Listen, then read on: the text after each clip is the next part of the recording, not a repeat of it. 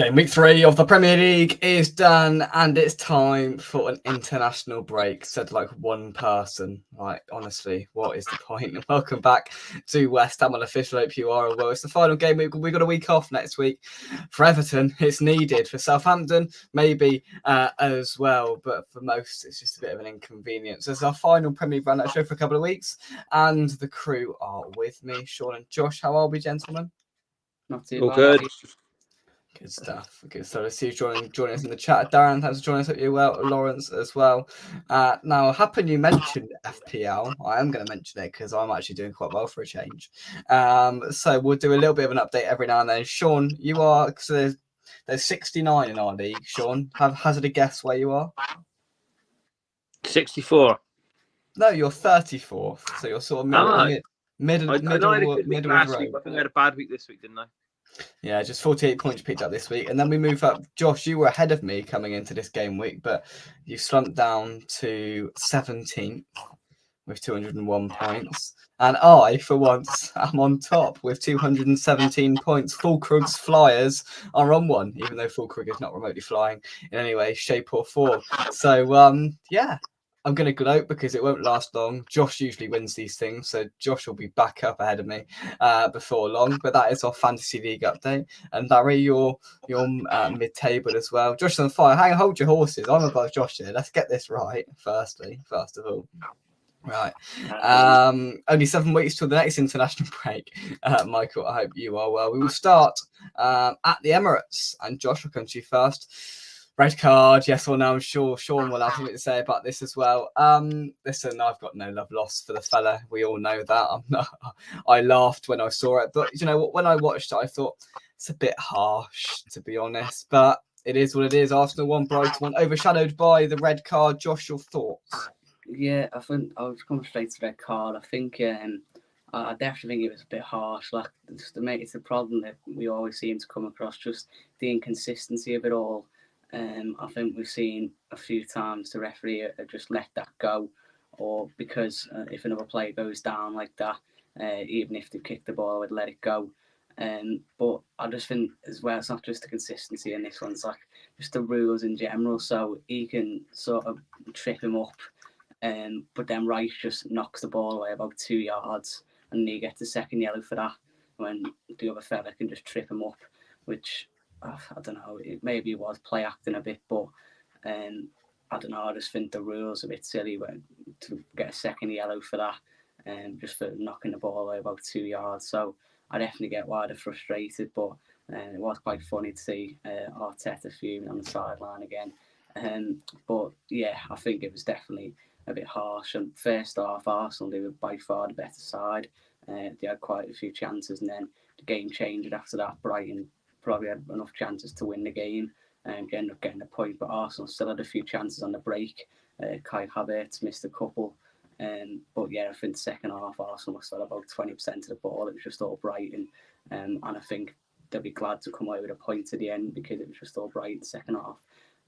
But yeah, I think the red card was definitely harsh, but both of them are on 7 points now, so it's been decent starts for both. But I think before the game, Arsenal probably would have been looking to win.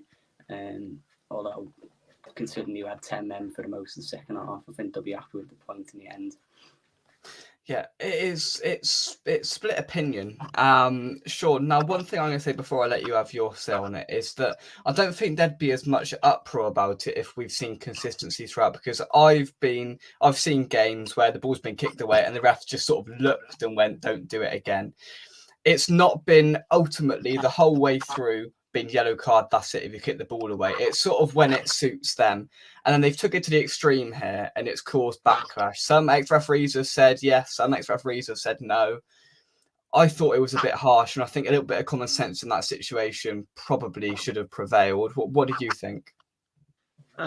It's a tricky one, because I've seen your typical Arsenal fans have a meltdown, wrote like a list of 5 or 6 moments in that little incident where it was wrong, like the ball was moving, the free kick wasn't taken. So it was such a complicated little moment. It's hard to work out whether the ref was right or wrong. Like I've read it all, and it doesn't. There's so many elements to think of. I couldn't work it out. if I was the ref, and I don't, it hasn't been said, but I think Rice was trying to cheat a little bit to win the free kick. Mm. I think he did it I think he sort of dived and went down like a sack of spuds, didn't he? After, Yeah. So I would have preferred to see him booked for that sort of part of it, where he's kicked the ball away, he's nudged the ball, looked for the free kick, trying to gain an unfair advantage. That's where I would think the booking would have been better for something like that.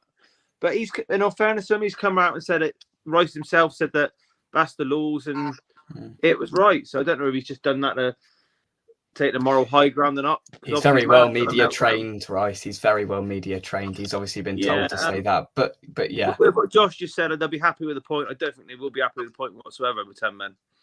I think anyone that knows how the league goes, you can't be dropping points at home to someone like Brighton. With 10, even if they had 9 men, they I don't think that was possible. They could be happy with a point because they know they can't afford to drop points at home.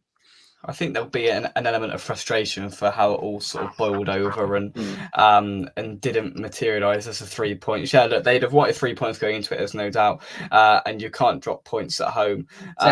Arsenal, even at 1-1, you could see they were trying to time waste quite a bit. Like Raya fell on the ball a few times, and I could see the crowd were getting on the back a few times because it was almost like it looked to me the Arsenal players were just happy for the point.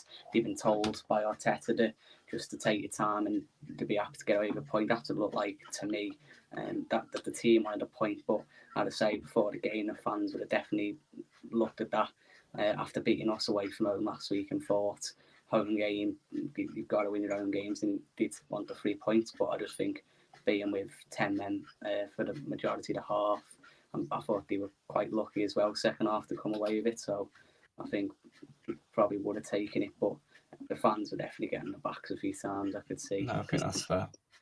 Yeah, I think that's fair. Right, we will move on. Who will get the sack first, Dyche or Ten Hag? Moyes is on his way to Everton. Everton is where we're going to go next. We're going to rattle through a couple of games quickly and go to Goodison Park, where, well, we thought Oasis was the most remarkable comeback this week, but maybe it was topped. Everton 2, Bournemouth 3. I looked on the 86th minute. I was out, and it was 2-0, and they scored 3 goals in 6 minutes. Do you know what, Sean? That is just unfathomable, really, isn't it? Yeah, I was probably a bit similar to you. I think I nipped back home and it was 2-0. I thought that's a great result for Everton, because I had money in my little acca on Bournemouth to win. And by the time I got to the pub, which is about a 5-minute drive to mine, got to the bar, sat down in front of BBC Sport, it was the third goal had just gone in for Bournemouth. I can only really comment other than that what I've seen on Match of the Day, and I thought they covered it quite well, because they a lot of times on Match of the Day they'll show the highlights, but you think, is it a bit biased? Have they showed the whole? Do you know what I mean? You can watch a game live and see 3-4 good chances, and they don't even mention them on Match of the Day. But in all fairness to that game, they did show Everton absolutely batter them for about 80 minutes. Had lots of chances, missed a fair few, looked in total control. And they did go into good depth. It was actually the first game they put on, in all fairness. And it did sort of show how tired legs. I know a lot of the fans have been blaming Dyche's subs. I've forgotten the name of the tricky player. Is it Ali A or something like that? I can't remember what his name is. He was brilliant anyway, but he got hooked off. The other youngster in midfield, he got picked out for losing his man for 2 of the goals, just treading water. Seamus Coleman, he's never fit off, and he got skinned a couple of times in the last 10 minutes. It was just poor game management, and I don't know. I was a bit surprised to see Everton so leggy in the last 10 minutes.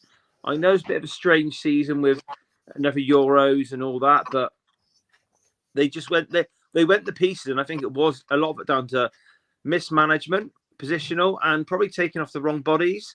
Keeping on players that are just struggling to get up and down the field.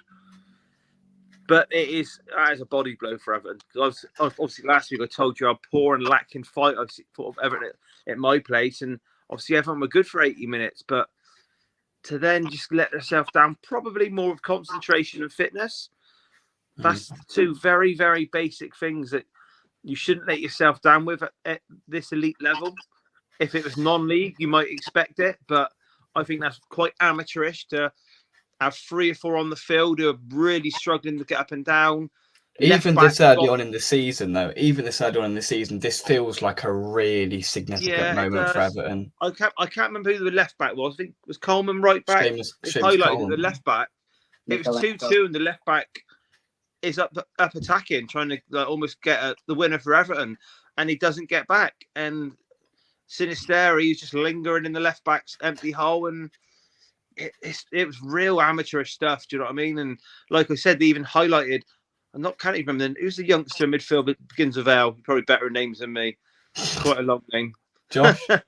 Irabunen got him from us. Yeah, they were just showing him he couldn't even go with the runners. Do you know what I mean? It was, like I said, you expect sort of thing you expect from a non-league team and a non-league manager, or maybe a non-league team who's maybe rocked up to an away game with no subs. Do you know what I mean? It looked a bit like that, like real, just sloppy management all round, really. Yeah, but it was crazy. Yeah, it's quite damning, to be honest, all round.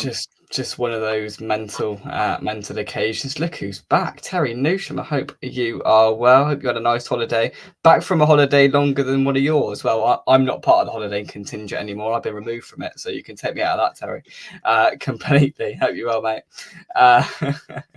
Exactly. But yeah, look, mental. Couple of comments on the Everton game. Where did we get to here?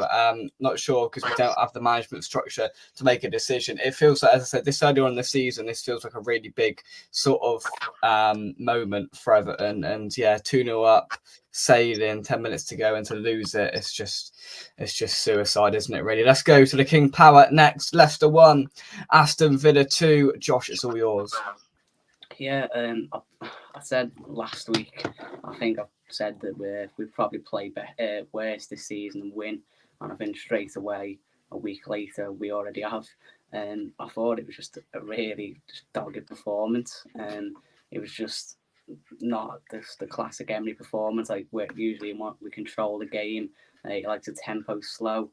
We just seemed to be 100 mile an hour. It was all panic stations. We couldn't really get our foot on the ball. And I think Leicester, I thought it was quite an even game first half, to be honest. And I wouldn't really say we controlled it like we normally do. And just too many players who were just trying to rush the ball forward. It was just not really like how we normally play. And then got the goal, obviously, for a very well worked set piece. Onana scoring again, 2 in his first 3. We were quite lucky to have the lead at half time. I don't really think Leicester threatened, but I can't remember any clear chances we had as well. Ollie Watkins had the one, but it's probably more of a half chance, to be honest, than a full chance. So yeah, I thought the first half it wasn't great. Both teams were sort of just giving each other the ball back, very little composure on the pitch.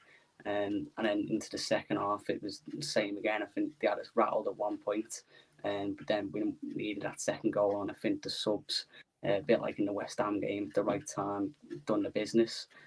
John Duran coming on again, getting another goal, also 2 in his first 3. And then Ross Barkley come on and just put his foot on the ball and calm things down a bit, which no one else really did the other day, which was much needed because it settled us down. Finally got our foot on the ball and played a bit. And then we were in control then. It was sort of panic stations again at the end when we let them back into it.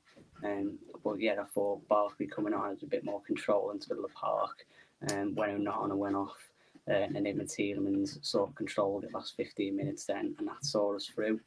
So yeah, it wasn't a pretty performance at all. I think we probably played better against Arsenal, and we'll definitely play better than that in the future and lose as well.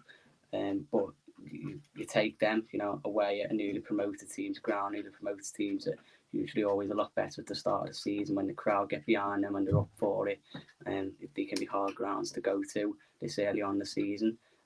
So I'm glad that we've managed to get the 3 points. We've got 6 points in our first 3 games, so that we're in a good place going into the international break now. And then when we come back, we've got Everton and Wolves at home, so we've got quite a nice run of fixtures. So yeah, hopefully we can get some momentum going into our first Champions League games. But yeah, it wasn't a pretty performance, but we got the job done.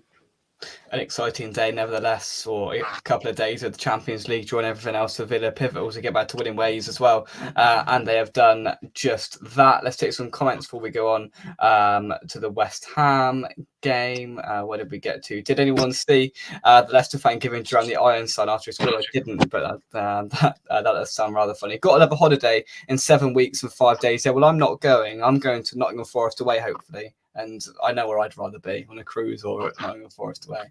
Brilliant, absolutely brilliant. Scouting mission was good, but Italian language skills were somewhat wasted in France. I just think so. So all that Duolingo you used to do on away days for Italian, it didn't really work. Don't even go there. Don't even go there. Right, let's move on. Let's go to the West Ham game, shall we? I was quite pleased, actually. It's a free hit. We weren't ever going to realistically beat them, were we? And overall, I was quite content with the performance. The thing we've got to look at here is we lost to Man City 3-1 last season at home, but it was a completely different game, a completely different attitude going into it, and the fans came away with a little bit more. I think, we went 1-0 up in the game last year, but we completely bent over to them in the second half, and I don't think we did that, to be honest. We had a good first 5 or 6 minutes. Antonio had a golden chance inside the first 5 minutes. God knows why he didn't just head it. And then, look, if you make individual errors against Man City, they're gonna pounce on you, whether you think it's Emerson's fault or Paqueta's fault, whoever, I don't care. There's an individual error there, and Haaland is there to slot it away as he does customarily in that Man City shirt. And then we get a little bit of a reprieve. Was it warranted? I don't know. I think we were relatively fortunate to get back on level terms. Of course, the own goal was never going in, so we got a slice of luck there. It's a brilliant goal. Gave Haaland too much space on the edge of the box and bangs it in to the back of the net. 2-1 at half time, and then we had a real go at them in the second half, and we created some really good chances. A fantastic counter attack that started with Paqueta, went off to Kudus, back to Bowen, then to Kudus, and he just hit the bar. If that had gone in, it would have been a brilliant goal. I would have summed up a perfect counter attack, but that wasn't quite to be. And then we just committed a few too many men forward, which we wouldn't have done last year, and we conceded a third. Haaland got his hat trick inevitably. 2 hat-tricks in a row. The geezer is an absolute beast. And yeah, so overall, I was quite content with it. We got our win against Palace, so we didn't go in. We had a pretty tough first 3 games. Jamie Redknapp said that on Sky quite rightly. We had Villa, which is a tough game to start with. Then Palace, which on paper looked like a tough game with their end to last season. We got 3 points there. And then Man City. So not many would have a tougher 3 games on paper, I think, than us. And I think we handled with it relatively well. Now coming up, we've got Fulham, Chelsea, Brentford, then we get into the Ipswich and all that. So that there's some easier, more winnable fixtures coming up after the international break, and hopefully we can go on from strength to strength in that sense. But yeah, there we go. Let's take some comments. I'm about 15% more excited watching this new West Ham team. So am I. Absolutely. Only difference in the game was one team had a striker. Yeah, exactly. And he is very good at what he does. Let's go to St. James's Park next. Newcastle 2, Tottenham 1. Sean, you did this towards the back end of last season and you've carried it on. You've played well, but you're not winning football matches. No, we're probably playing better at this stage this season than we were last season. And we're probably controlling the matches better. And we were obviously top the league this time last year. It's frustrating because the games are almost repeating itself a little bit. Obviously, take out the Everton game, which is very easy. We're playing some of the best football in the league, but we're not finishing good half chances, and we're honestly conceding some really, really, really poor goals as well. Like, we're just being picked apart. You can almost see when goals are coming. But so something's got to change there. Obviously, most managers, one of them, they're quite stubborn. But I honestly think, chatting to people on Twitter, I think Ange's philosophy, he's happy winning football matches 4-2 every week.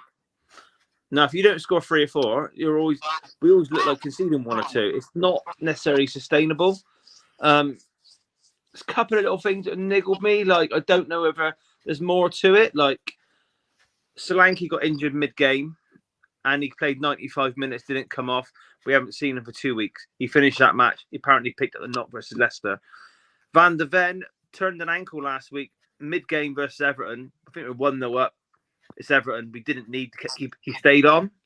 Failed late fitness test. I'm assuming it's because of the ankle. The reason for that, Sean, was because he didn't want to go back to St James's Park after he slipped on his backside twice last year. That's why Van der Ven went there. Well, I wouldn't. No, I can't imagine that. But also against Leicester, Porro, I can remember. I don't know if you watched the game. He took a knock and he was hobbling around for about 10 minutes. Like he had a jot, he went down, got hobbled about. He played on for 95 minutes. So I just wondering if that's a real sloppy sort of mistake by a manager making the players do that. Like Van der Ven didn't need to play on last week. Most people expected him to come off. Even if a player says they're fit, the physio should go on there and say, look, he's just slightly strained his ligaments a bit. From what I hear, it was a very, very late failed fitness test, but he failed it. And Dragusan is a more than capable centre-half replacement, but our style does rely on pace at the back, and he's the quickest player in the entire Premier League. So, do you know what I mean? No one clocked the fastest speed in the league last year than Van der Ven. So he's quite key to that style. But it's strange at the moment because you've got to be really happy how we're playing. I thought we played Newcastle off the park for large parts, but it's strange. Like Josh said about Villa, I don't probably think Villa have played great yet this season, yet they got more points. You know what I mean? That's how it goes. And I don't know. It's strange because I think there's quite a few teams that haven't really got going. Like you said at West Ham, I wasn't anywhere near as impressed with your performance as what you were. I thought first half you probably could have been 4-0 down at half time or 4-1. I thought you sat off way, way, way, way too much. And I think that's the most shots Man City have had a game this season. So a lot of teams haven't really got that. Well, they've only played 3 games. Well, yeah, I know, but I think it was something like 23 shots or 20 shots they had against you. Hit the woodwork 2 or 3 times. Haaland should have scored a free header. But anyway, my point is, some teams haven't really got going brilliantly and with their style, but you pick up more points. My lot, we seem to be playing really good, but silly mistakes costing us points. And the manager's got a set way. And I don't know if it's going to change. I mean, like I said, we're going to be exposed. We're going to be open. We've got 2 centre forwards. They cost 60 million each. Both of them are injured. Do you know what I mean? It's not a good way to go on. And we're home to Arsenal in the next game. So he's got plenty in the bank. He's not under threat in any way, shape, or form because he's been brought in for the long term. I'm almost certain of that. But you know what fans are like. If we go in. I'll probably have more possession than Arsenal in a couple of weeks' time. But if we go in the other end and concede a 6-yard tap-in, which is very similar to the ones against Newcastle or maybe the one that Vardy got, even if it's a header, do you know what I mean? Fans are starting to get a bit peed off with the same mistakes over if we're not learning. But what Ange said is true. He said it's another tough pill to swallow because we're by far the better side again. But you've got to put the ball in the net end of the day, haven't you? You do. Josh, are you sensing #Ange out in 3 weeks' time or not? No, I don't think they'll definitely give him time. I mean, to be fair, as Sean said, like people were last season when they lost Kane were saying Spurs are going to finish mid-table and doing about top 4 for most of the season. So yeah, I definitely think it's a long-term project. But yeah, I agree with Sean. I think if things keep getting worse, then the fans will get on his back. So you never know, but I think it's more of a long-term thing with him. We'll see. Well, will they be playing the Robbie Williams song next week after the North London derby? Will it be a good afternoon? Usually win at your place is a sort of win at your place and lose at their place scenario normally, Sean, isn't it? So it's a big game, isn't it? It is. Obviously, Rice is suspended. Yeah. They are a few years ahead of us now. They sort of, if you think back the last sort of 7 or 8 years, we didn't finish above them for about 10 years in a row. Then we finished above them. So I think it was 6 seasons on the trot. And they didn't really get Champions League for quite a while. And in fairness to them, well, they decided to get rid of Emery, whether it's right or wrong or who knows. They decided to chuck it all at Arteta. And they've chucked the checkbook at him really, just to slowly build what he's building, his philosophy. I'm not his biggest fan as a person, but they were patient with him.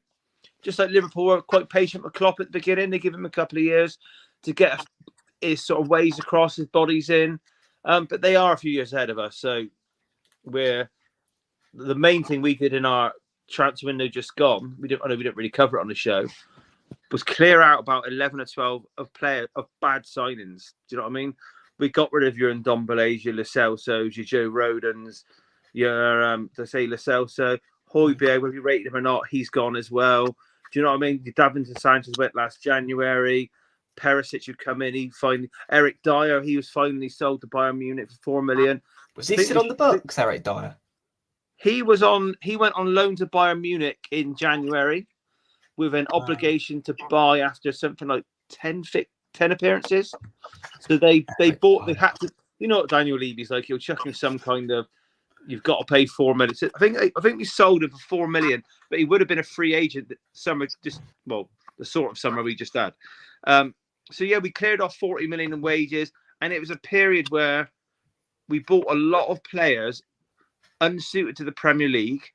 I told you before, we had about 150 million plus out on loan.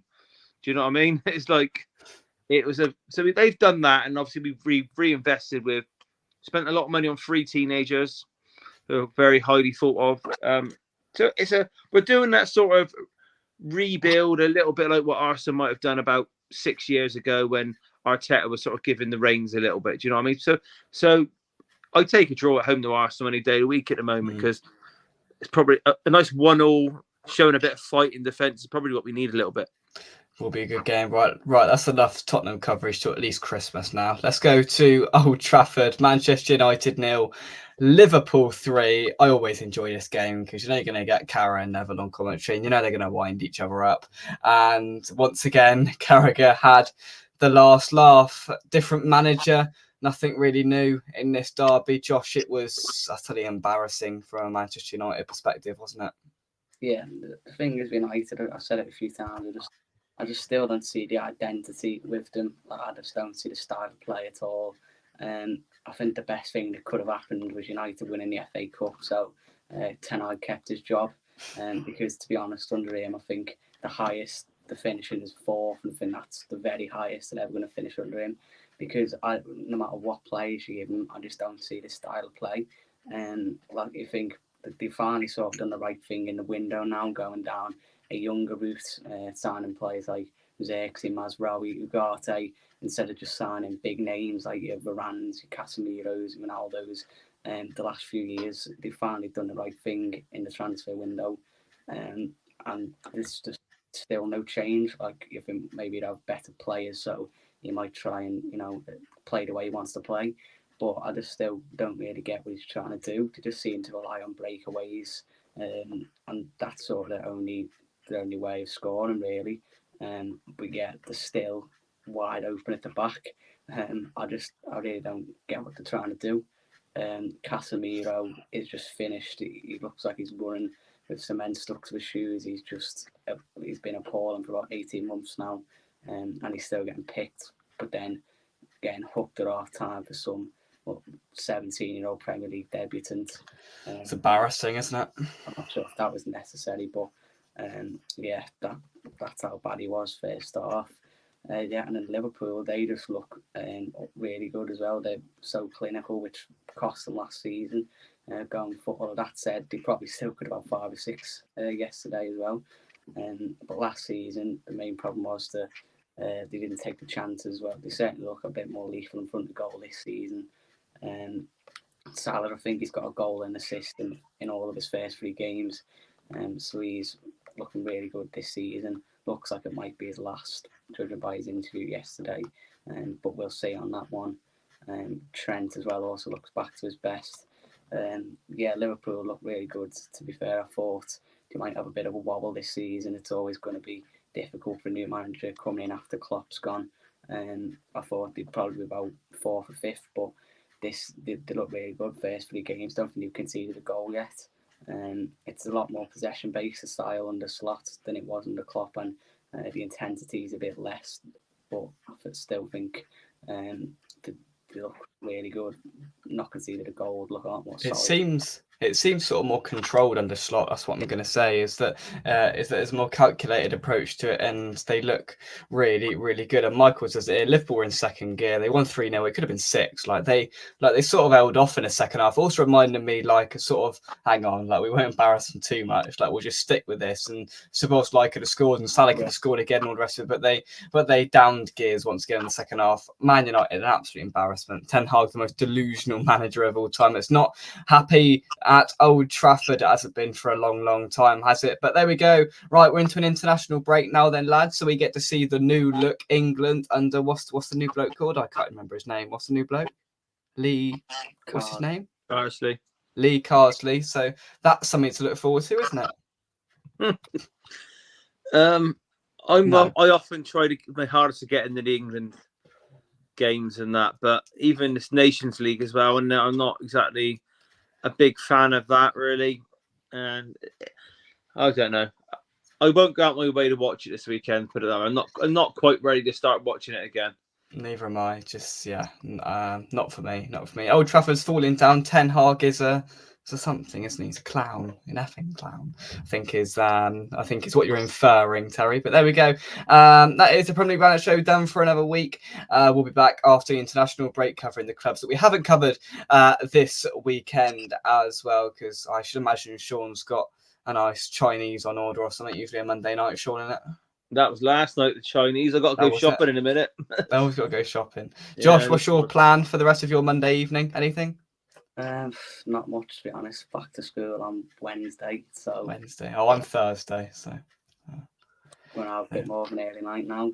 Not now, bit tonight. Bit of an early night. Get ready for it. There we go. Job done. Thanks everybody for watching in the chat and for your two's input.